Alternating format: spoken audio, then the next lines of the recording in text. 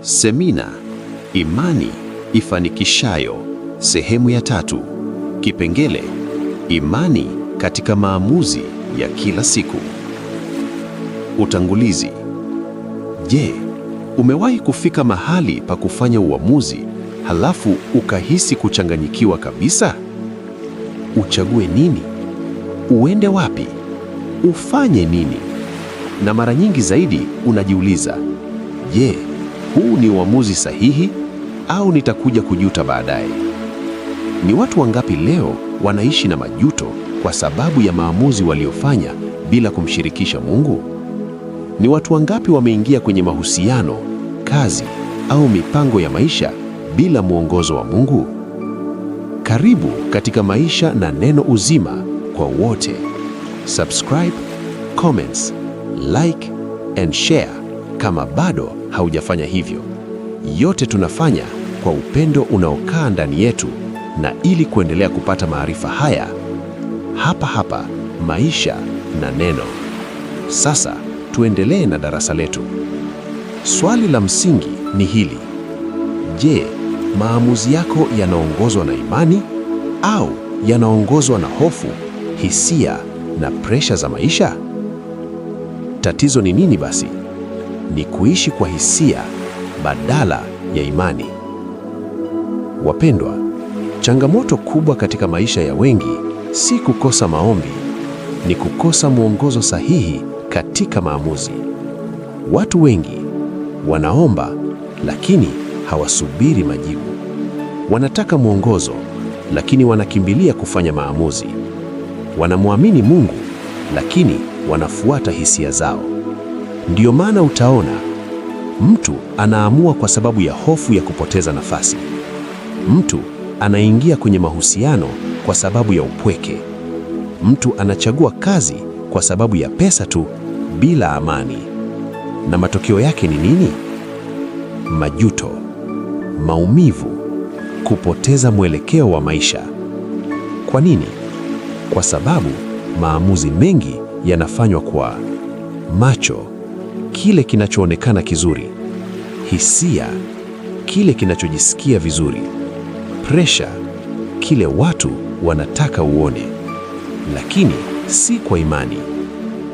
Neno la Mungu linasema katika Biblia Takatifu, Mithali 3 mstari wa 5 hadi wa 6, mtumainie Bwana kwa moyo wako wote, wala usizitegemee akili zako mwenyewe. Katika njia zako zote mkiri yeye, naye atayanyoosha mapito yako. Hii ndiyo siri ya maamuzi sahihi. Ufunuo wa kina. Andiko hili linatupa nguzo 3 kuu za maamuzi ya imani. 1. Mtumainie Bwana kwa moyo wako wote. Hapa ndipo wengi wanashindwa. Kumtumainia Mungu si kusema tu namwamini, ni kumkabidhi uamuzi wako kabisa. Ina maana hata kama huoni njia, unamwamini. Hata kama hujui mwisho, unamtegemea. Hata kama inaonekana haieleweki, bado unasimama. Imani ya kweli haichagui mazingira mazuri. Inaamini hata katikati ya Gaza. 2. Usizitegemee akili zako mwenyewe. Hii ni changamoto kubwa sana, kwa sababu akili zetu zinapenda mantiki, uhakika wa kuona, udhibiti. Lakini Mungu anafanya kazi nje ya mipaka ya akili za kibinadamu. Kuna maamuzi ambayo kwa macho yanaonekana sahihi, lakini si mapenzi ya Mungu. Kwa akili yanaonekana ya busara, lakini hayana baraka. Hivyo, imani inahitaji unyenyekevu wa kusema, Bwana, siwezi kujiongoza peke yangu. 3. Katika njia zako zote mkiri yeye. Hii ina maana usimshirikishe Mungu katika mambo makubwa tu. Mshirikishe hata kwenye maamuzi madogo. Kila hatua: kazi, mahusiano, huduma, maisha ya kila siku. Mungu anataka kuwa sehemu ya kila kitu. 4. Naye atayanyoosha mapito yako. Ahadi ni hii: ukimtegemea Mungu, hatakuacha upotee. Anaweza kufunga mlango usiofaa, kukuchelewesha kwa kusudi, kubadilisha mwelekeo wako, lakini mwishowe atakupa njia iliyo sahihi. Real check. Jiulize kwa uaminifu, ni maamuzi gani niliyofanya bila kumshirikisha Mungu? Ni eneo gani nafuata hisia badala ya imani? Ni mara ngapi nimepuuza sauti ya ndani kwa sababu ya haraka? Watu wengi wanaishi maisha ya haraka. Haraka ya kuoa au kuolewa, haraka ya kufanikiwa, haraka ya kupata majibu. Lakini Mungu hafanyi kazi kwa haraka. Anafanya kazi kwa wakati sahihi. Mtu wa imani hasukumi mambo kwa nguvu, hasukumwi na presha, hasikii sauti za watu kuliko sauti ya Mungu. Anasubiri, anaamini. Hatua za vitendo. Kuanzia leo, fanya mabadiliko haya. 1. Simama kabla ya kufanya maamuzi. Usikimbilie kuamua, tulia mbele za Mungu. 2. Omba kwa uaminifu. Sema, Bwana, niongoze. Sitaki kufanya kwa akili zangu. 3. Sikiliza amani ya ndani. Maamuzi ya Mungu huja na amani, si machafuko. 4. Kubali kusubiri. Usilazimishe mambo yatokee. Imani inajua kusubiri. 5. Kataa presha ya watu. Si kila mtu anayekushauri anaona mapenzi ya Mungu juu yako.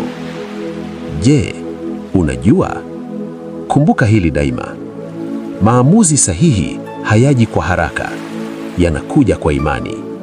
Na unapomshirikisha Mungu katika kila hatua, hutopotea mema. Sasa niruhusu nikuombee, na tunaweza kuomba pamoja. Baba wa mbinguni, Mungu wa Ibrahimu, Isaka na Yakobo, katika jina la Yesu Kristo Bwana wetu, na kushukuru kwa neema ya uzima na nafasi ya kusikia neno lako lililo hai na lenye nguvu. Naja mbele zako nikimkabidhi kila msikilizaji wa semina hii, yeyote atakayeguswa na ujumbe wa imani ifanikishayo katika maamuzi ya kila siku. Ufungue mioyo yao kupokea neno. Bwana, naomba ufungue macho ya mioyo yao ili waone ukweli wa neno lako. Ondoa kila upofu wa kiroho, mashaka na mawazo yanayopinga injili yako. Basi imani chanzo chake ni kusikia, na kusikia huja kwa neno la Kristo. Bwana, fanya mioyo yao iwe udongo mzuri, upokee mbegu ya neno lisilopotea. Wape roho wa hekima katika maamuzi. Baba, katika kila hatua ya maisha yao, wape hekima ya mbinguni. Kila uamuzi wa kifamilia, kikazi, kibiashara na kiroho, uongozwe na Roho Mtakatifu. Ukikosa hekima, muombe Mungu awapae wote kwa ukarimu. Ninaomba wasiwe watu wa kubahatisha, bali watu wanaoongozwa na sauti yako. Imani yao iwe hai na yenye matendo. Bwana Yesu, fufua imani iliyolala ndani yao. Waondolee imani ya maneno tu, wape imani inayofanya kazi, inayothubutu na inayotii. Imani bila matendo imekufa. Wafanye waone kwamba kila uamuzi unaoongozwa na imani unaleta ushindi. Walinde dhidi ya hofu na mashaka. Mungu, ninavunja kila roho ya hofu, wasiwasi na kutokujiamini katika maisha yao. Kwa maana Mungu hakutupatia roho ya uoga, bali ya nguvu, upendo na moyo wa kiasi. Kila sauti ya adui inayowafanya watilie shaka neno lako inyamazishwe kwa damu ya Yesu Kristo. Wapokee uongozi wa Roho Mtakatifu.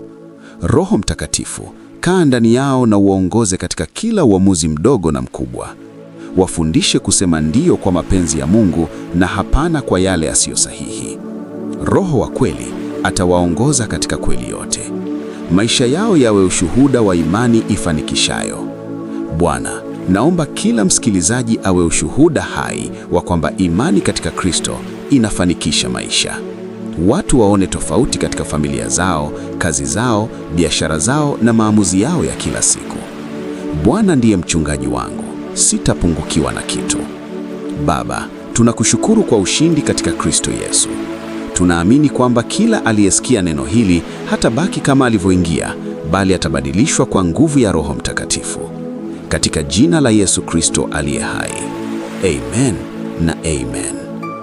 Karibu katika sehemu inayofuata, tuendelee kukua katika imani. Semina hii haitakuacha kubaki vile vile. Washirikishe na wengine, nao wapate kubarikiwa. Kwa heri mwanafunzi mwema.